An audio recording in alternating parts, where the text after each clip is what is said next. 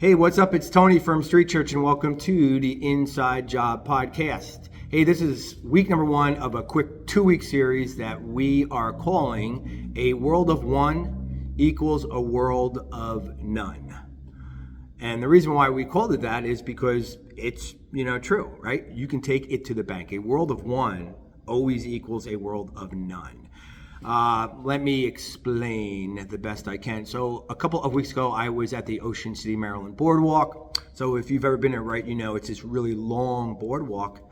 One of the things I enjoy doing is I like to do people watching, right? I just like to watch people, eavesdrops on their conversations. I know that's terrible, but I do.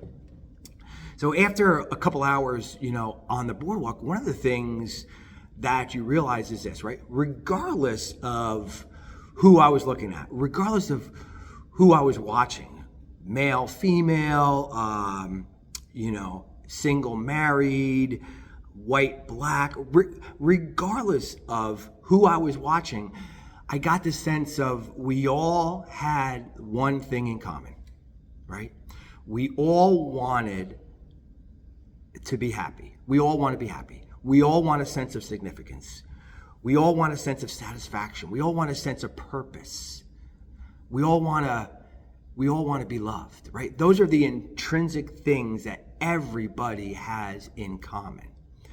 And the problem is this: when we are living in a world of one mentality, right? Where we overinflate ourselves and our lives, then all of those things I just mentioned, right? A sense of significance and satisfaction and happiness, a sense of purpose, a sense of truly being loved and wanted. All of those things are going to elude us, right? They're going to elude us. I mean, I love what Jesus said. He said, I did not come here to be served, but to serve. And I figure, if it's good enough for the Son of God to say that, then who am I not to adopt that same kind of a mentality? And the biggest hindrance towards that kind of a mentality is a world of one mentality, right? I mean, I can go to, you name it. I can go to ShopRite or I can go into Walmart, and I can't tell you how many times I'm trying to get down the aisle and I can't because somebody is blocking the aisle because they're on their cell phone. Or I can go into Walmart and I see people who are on skateboards rolling down the aisle, and I can't get to the milk because they're on a skateboard. It's crazy, right? But this mentality that this culture breeds and gives birth to, it just creates this utter, inconsideration and thoughtlessness for anybody except themselves, because they have a world of one mentality. I can't tell you how many people I see every day in the city of Trenton who just are lonely. So I was walking in the park the other day and I come across this guy, and he's sitting there and he's all by himself, and he just looked like he could use somebody to talk to, right? He looked like a guy who no one has ever talked to in like weeks, right? He looked so utterly alone. So I just come up to him and, I introduce myself, I sit down with him and we begin to talk. And, I find out that he's married, he's, has a family, he has a little baby, he's going through some tough times now. And, he kind of just needed to be validated and to know that he was worthy of somebody just sitting down and taking 10 minutes to talk to him. He needed to be listened to.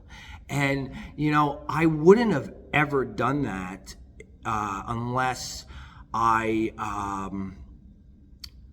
knew how destructive a world of one mentality is, right? I think we have an overinflation of who we are, right? I just think that we all love ourselves way too much. I mean, I know many people who, are super, super gifted and very, very talented, and they're good people and I enjoy their company. But at the end of the day, the earth will still revolve around the sun with or without them, right? Like, we're really not all that and a bag of chips, regardless of how gifted or how moral or how talented we are. We need to unattach ourselves from this world of one mentality, because it always leads to a world of none mentality.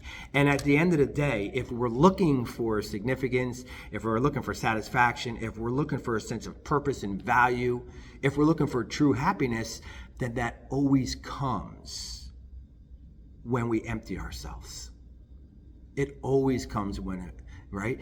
And, if it was good enough for the Son of God to say and to live out, then who am I to say, maybe that's good for him, but that's not good for me? No.